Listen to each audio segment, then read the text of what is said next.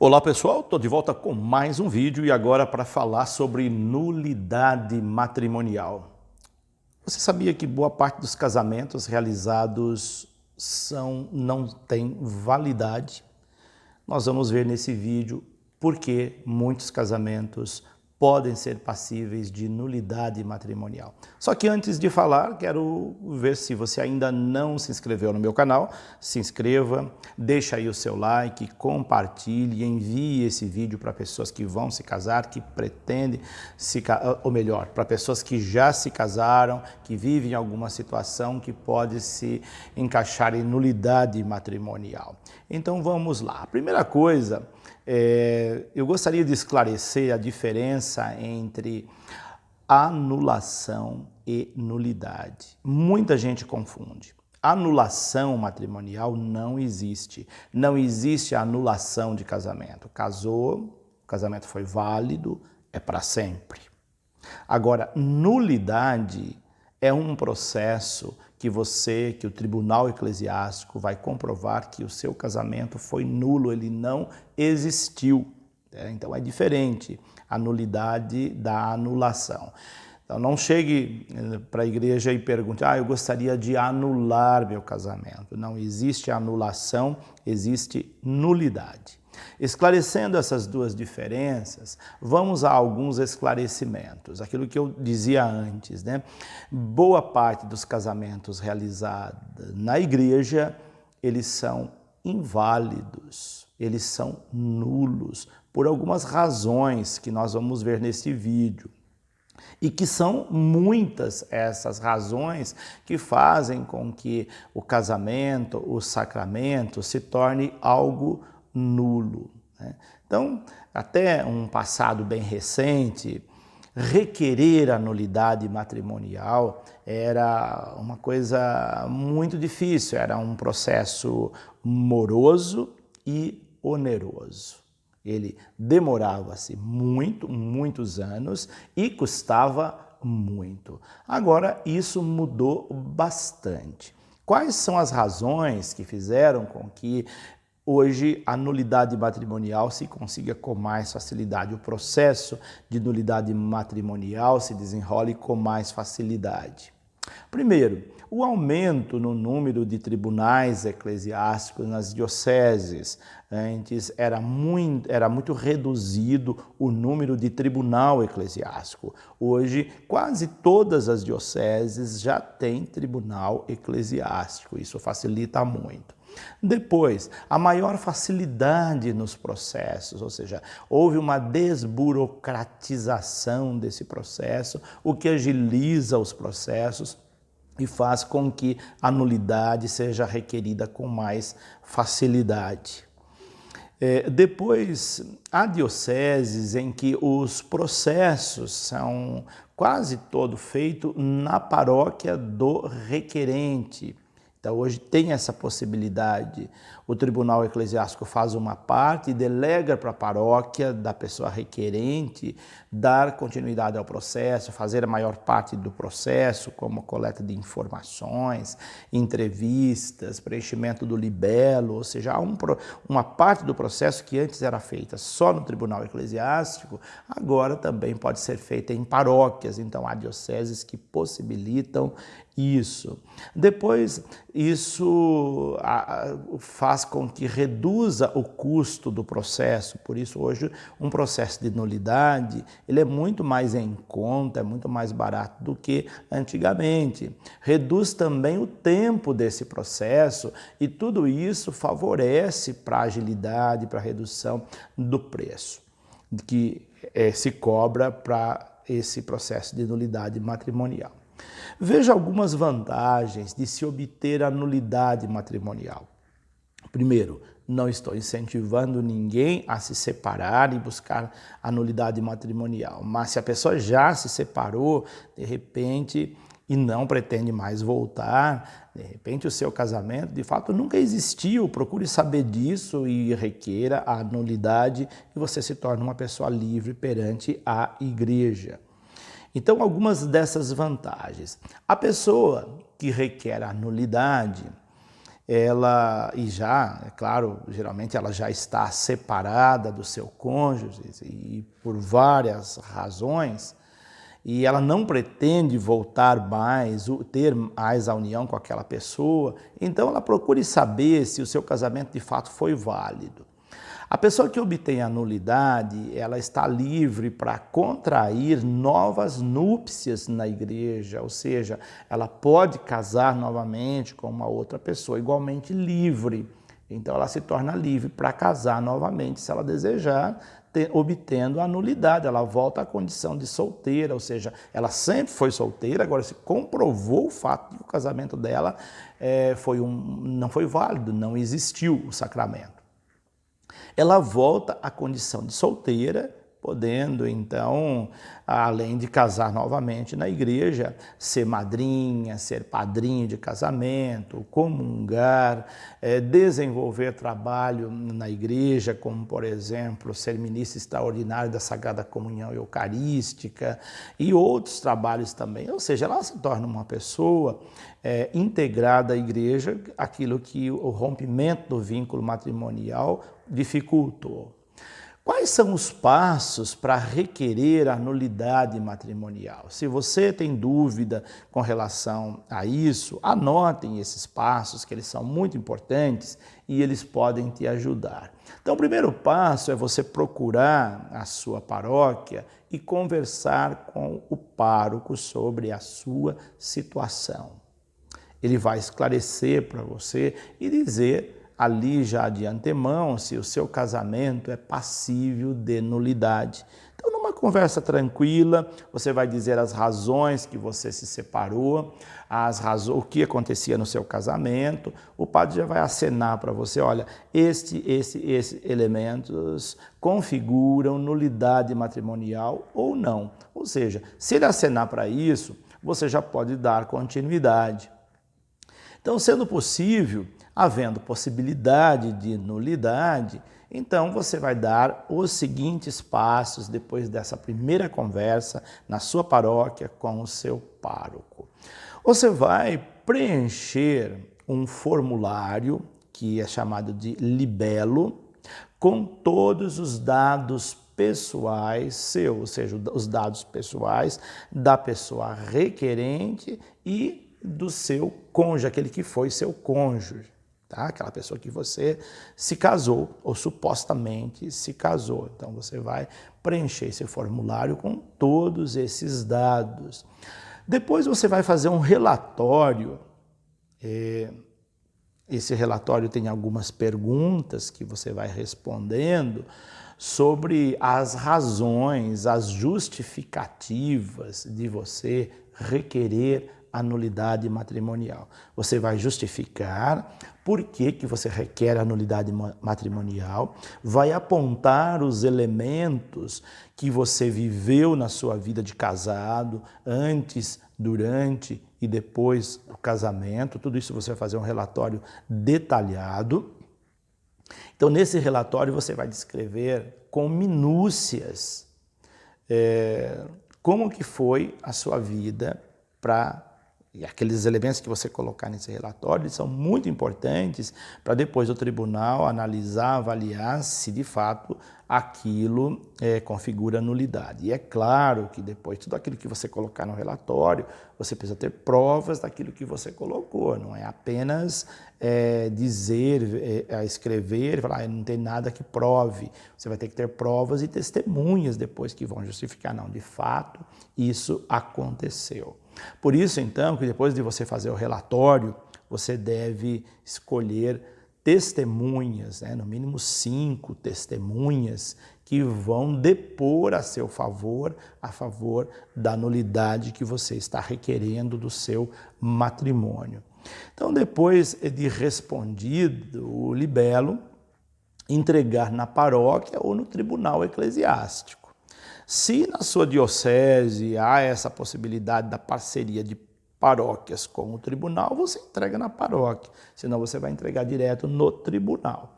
Então, ali você dá este passo para que o tribunal comece a avaliar. Se você entregou na paróquia, o pároco da sua paróquia é que vai entregar lá no tribunal o relatório que você preencheu. o tribunal vai analisar, avaliar aquele libelo, aquele relatório. Se aprovado, ele vai encaminhar os passos seguintes, que são: ele vai marcar uma entrevista com o pároco para fazer um interrogatório sobre juramento com um formulário de perguntas. Então, lá na sua paróquia, se caso a paróquia está fazendo esse processo, o pároco vai conversar com você, ou então o tribunal eclesiástico vai conversar com você, um membro do tribunal eclesiástico vai fazer uma entrevista com você sob juramento, onde você vai responder um formulário com várias perguntas. Antes você jura dizer a verdade e ali então você vai responder aquelas perguntas que lhe serão feitas. Junto com o pároco, junto com a pessoa que está fazendo essa entrevista, há uma pessoa notária, aquela que vai fazer as anotações de tudo aquilo que você disser, das informações que você passar. Essa parte é feita no tribunal eclesiástico se a diocese da pessoa requerente não usar essa modalidade de desenvolver o processo na paróquia da pessoa requerente. Agora, se a paróquia faz esse processo, então você vai fazer esse interrogatório será feito ali com você na paróquia. Depois de respondido esse questionário, a pessoa requerente, ela vai ouvir a leitura das anotações, para ver se está tudo conforme aquilo que ela disse, se ela quer acrescentar mais alguma coisa, corrigir alguma coisa, e depois então ela vai assinar em 2 vias aquele relatório para fazer os encaminhamentos. Então essas respostas agora serão entregues pelo pároco ao tribunal eclesiástico, que irá analisar aquelas respostas dadas no interrogatório. O passo seguinte é a convocação de testemunhas a serem ouvidas. Então, as testemunhas, elas podem ser ouvidas no tribunal eclesiástico da diocese da pessoa requerente, ou na paróquia da pessoa requerente, ou ainda ela pode, se ela está numa outra diocese, numa outra cidade, ou melhor, numa outra diocese, ela pode responder essas perguntas lá na sua paróquia, na sua diocese, e depois encaminhar. Então, ela pode responder onde ela está também, essa testemunha. As respostas das testemunhas serão também encaminhadas para o tribunal eclesiástico. Aí então, de posse de todos esses documentos, de todas essas informações e também dos documentos pessoais da pessoa requerente, o tribunal vai avaliar e vai dar o veredito sobre a nulidade. Antes, porém, deve ser recolhida a taxa correspondente ao processo, que ela varia aí hoje, eu estou falando por alto, por volta de 2 salários mínimos, mas isso pode variar muito de tribunal para tribunal, de diocese para diocese. Hoje não é tão caro como antigamente, né? Vale a pena para a pessoa requerer essa liberdade que ela tanto almeja, que é aquela pessoa que busca uma nulidade matrimonial, comprovar a nulidade do seu matrimônio. Claro que isso não vai lhe ser muito oneroso. Então, mas também a questão de valores, você deve conversar na sua diocese, enfim. Tudo isso é passível de conversa, de discussão, de diálogo. Então, vai recolher essa taxa para a questão do processo, do andamento do processo matrimonial. E depois, então, saindo a nulidade, a pessoa é notificada e ela recebe a certidão de nulidade. Então, ela se torna uma pessoa livre perante a igreja. Esse documento ele é de suma importância para outros procedimentos futuros, sobretudo se a pessoa pretende casar novamente. Muita gente requer a nulidade porque ela quer contrair novas núpcias, ela quer casar novamente na igreja, então ela precisa desse documento. Então, uma vez confirmada, notificada e dada a comprovação da nulidade, ela deve ser imediatamente averbada no livro de batismo, no livro de casamento da pessoa requerente. Agora, vamos a algumas causas que configuram nulidade do matrimônio. São várias. Eu vou apontar aqui apenas algumas. Elas estão todas no Código de Direito Canônico, mas é importante que a pessoa saiba disso. Se ela tiver dúvida também, ela pode consultar o Código de Direito Canônico. Ele é um tanto quanto complexo para pessoas que não são familiarizadas com a linguagem jurídica, mas aqui eu vou tentar trazê-las de uma maneira um pouquinho mais sintética, clara. Então, quando os noivos vão se casar, eles fazem uma entrevista com o padre. Nessa entrevista, são feitas algumas perguntas. Eu falei disso lá naquele vídeo sobre o matrimônio, as pessoas que querem se casar na igreja. Ali, o padre ele vai esclarecer algumas situações que podem configurar nulidade do matrimônio. Por exemplo, saber se ambos se casaram livre e espontaneamente, de livre e espontânea vontade, se não estão sendo forçados a algo ou por alguém no casamento. Por exemplo, a pessoa casou forçado porque estava grávida. Ela não pretendia se casar, mas ficou grávida, e aí a família obrigou a pessoa a se casar só por causa da gravidez, ou ela, por vergonha, se casou por causa da gravidez. Esse casamento é considerado inválido. Ou então alguém forçou a pessoa a casar por um outro motivo. Então, você pode alegar isso, se caso isso ocorreu, se esse for o seu caso, você alegue isso no processo, que isso configura nulidade matrimonial.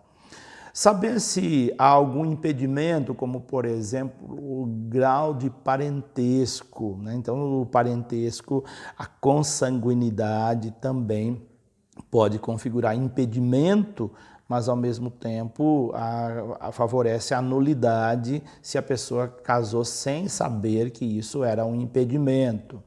Se nenhum dos cônjuges está escondendo algo, então se a pessoa esconde algo, como por exemplo, esterilidade, né? A finalidade do casamento para a igreja é geração de prole, geração de família, mas a pessoa ela não pode gerar filhos e ela escondeu isso do seu parceiro. E a pessoa só ficou sabendo isso depois do casamento, aí ela se arrependeu de ter casado. Isso configura nulidade matrimonial também, se a pessoa escondeu isso. Outro fator, homossexualidade. A pessoa era homossexual, mas ela escondeu a sua homossexualidade do seu parceiro ou da sua parceira, e depois do casamento isso foi descoberto. Então esse casamento também é considerado nulo perante a igreja. A mesma coisa por uma doença grave, ou se a pessoa casou anteriormente na igreja e ela ocultou isso do seu parceiro, da sua parceira, então esse casamento também se torna inválido, e há muitas outros fatores também. Por isso, então, que no dia do casamento, se o noivo ou a noiva chegar alcoolizado ou drogado ou com sintomas de estarem dopados, aquele que está testemunhando o casamento deve anotar no processo esse dado, porque se um dia ela for requerer a nulidade do matrimônio, aquele dado conta muito, aquela observação vai estar a seu favor para nulidade do matrimônio. É perguntado também nessa entrevista sobre a indissolubilidade do matrimônio, se a pessoa aceita a indissolubilidade do matrimônio, ou seja, se o matrimônio é para sempre, se ela sabe, tem consciência de que está casando para sempre. Se a pessoa titubear, mostrar que ela não sabe, que isso também deve ser anotado e pode ajudar também no processo de nulidade. Também a questão da fidelidade, aquela pergunta que parece tão simples, você promete fidelidade para sempre, a fidelidade também, se um não é fiel ao outro, isso também é fator que configura a nulidade matrimonial. Mas vamos pegar aqui alguns elementos que eu separei do Código de Direito Canônico que pode ajudar a entender um pouco mais sobre elementos que configuram nulidade matrimonial. As causas que podem tornar inválido o contrato matrimonial, ou seja, o vínculo matrimonial, são de 3 espécies para o Código de Direito Canônico. A primeira, presença de impedimentos, é uma categoria. A segunda, defeitos no consentimento. E a terceira, falta de forma canônica. Vou falar aqui algumas delas, né? Então, os impedimentos são obstáculos que impossibilitam contrair o matrimônio validamente e a igreja, como tais, os configura para evitar que possa ocorrer matrimônios inconvenientes ou prejudiciais. Então, o Código de Direito Canônico, que foi promulgado em 1983, estabelece 12 impedimentos dirimentes. Vamos lá. O primeiro deles é em relação à idade. Os rapazes não podem se casar validamente antes dos 16 anos completos e nem as moças antes dos 14 anos completos. Se alguém casou antes dessa idade, esse casamento se torna inválido. Embora a legislação civil brasileira exija 2 anos a mais e a CNBB tenha decretado o mesmo acréscimo, isso diz respeito apenas à licença ao ato de se casar. Depois, outro impedimento, outro fator que gera passível de nulidade, impotência.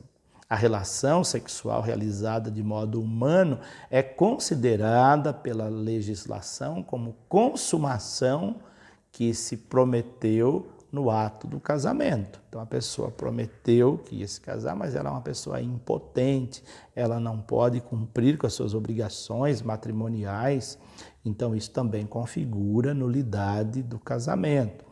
Por isso, as pessoas que são incapazes de ter uma relação sexual autêntica não podem se casar validamente. Isto está lá no cânone 1084 do Código de Direito Canônico. Não basta a esterilidade e a impotência, deve ser anterior ao matrimônio e perpétua. Depois, outro elemento, o vínculo. A Igreja Católica afirma e sempre afirmou que o matrimônio é indissolúvel. Por isso, se alguém está validamente casado e realizasse uma cerimônia de casamento com outra pessoa, essa cerimônia não teria validade, não teria nenhum valor. Cânone 1095. Então ela casou com uma outra pessoa na igreja, depois ela escondeu aquilo, mentiu e foi para um outro lugar e fez todos os papéis do casamento, casou com uma outra pessoa na igreja novamente, escondendo informações, e esse casamento então é inválido, é nulo. Se você descobriu, aconteceu isso com você, o seu casamento é nulo. Outro fator, disparidade de culto entre um católico e uma pessoa não batizada. Por exemplo, um judeu ou um muçulmano. Existe uma diferença tão grande de religião que dificilmente vão conseguir realizar uma comunhão de vida plena. Por isso, o matrimônio entre eles está proibido sob pena de nulidade. Cânone 10.086. Por isso, precisa ser dispensado pelo bispo para a validade do casamento. caso se derem as garantias exigidas. Então, se um dos cônjuges é de uma outra denominação religiosa como essa citada, uma parte é católica, a outra pertence a essa denominação, precisa ter a autorização escrita pelo bispo. Se casou sem essa autorização, seu casamento é considerado inválido. Depois, ordens sagradas ou ordem sagrada. Os que receberam o sacramento da ordem, ou seja, os diáconos, os padres, os bispos, não podem casar validamente. Então, se você casou, um padre não pode casar, um diácono não pode casar, um bispo deixou a batina, não pode casar, exceto se saiu a dispensa por Roma, mas geralmente isso é um processo muito moroso e difícil de obter-se a liberação. A pessoa que recebeu ordens sacras, ela não pode casar validamente. Então, se uma mulher casou com um padre, um ex-padre, vou colocar entre aspas aqui, ou alguém que foi diácono, o casamento na igreja é inválido. No caso dos diáconos casados, porém, permite-se que alguém previamente casado seja ordenado diácono e atue como tal. Não confundam as coisas, porque aí tem o diácono, como eu disse naquele vídeo sobre diaconato, existe a possibilidade do diácono permanente, e esses geralmente são homens casados. Depois, profissão religiosa perpétua. A pessoa pertence a um instituto religioso, uma congregação religiosa, uma ordem religiosa. Ela fez votos perpétuos nessa instituição, seja um homem, seja uma mulher. Essa pessoa não pode casar validamente na igreja. Está lá no cânone 1088. Outro fator, rapto. Uma mulher conduzida ou retida à força não pode casar validamente com quem está exercitando essa violência contra ela, enquanto não for posta em liberdade, em lugar seguro. Então, se um homem roubou uma mulher e ia forçar ela a casar, esse casamento naturalmente é inválido. Depois, crime, outro fator que invalida o matrimônio. A fim de proteger a vida do marido ou da mulher traídos, a igreja declara que os que matam seu cônjuge para facilitar o matrimônio posterior ficam impedidos de realizar validamente este casamento. Então, por exemplo, uma pessoa se apaixona pela outra, mas a outra pessoa é casada. Ela não pode casar com aquela pessoa porque ela tem um marido ou tem uma mulher e aí mata o parceiro dela para poder deixar ela livre. Se isso ocorrer, além de ser um crime bárbaro, esse casamento se torna inválido. Esse casamento não vai poder ser consumado, não vai poder ser realizado. Então é perda de tempo se alguém faz isso para casar na igreja. Depois tem o fator da consanguinidade. A legislação canônica atual estabelece que esse impedimento atinge todos os antecedentes e descendentes, seja como pai com filha, avô com neto. Então isso não pode ser considerado um casamento válido quem tem esse tipo de parentesco.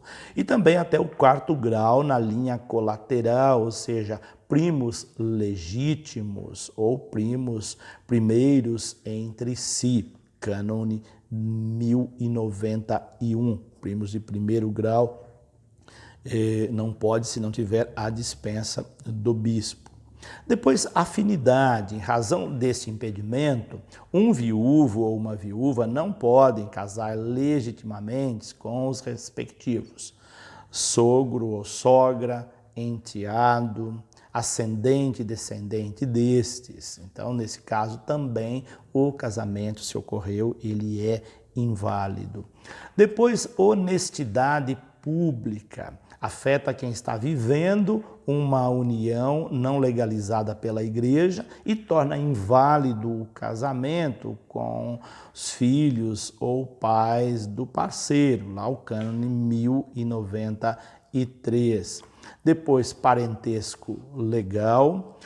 Depois também os defeitos de consentimentos mais comuns que podem fazer o casamento se tornar inválido, como por exemplo, da parte do intelecto, se a pessoa percebeu que a pessoa que casou ela tem deficiência mental, esse casamento não tem validade, porque ela não tem consciência do seu ato. Incapacidade para assumir as obrigações essenciais do matrimônio. Pode acontecer nos casos, por exemplo, de alcoolismo. Muita gente não sabe disso. Se você casou com um homem que é alcoólatra e ele não assume as responsabilidades do matrimônio, seu casamento é passível de nulidade.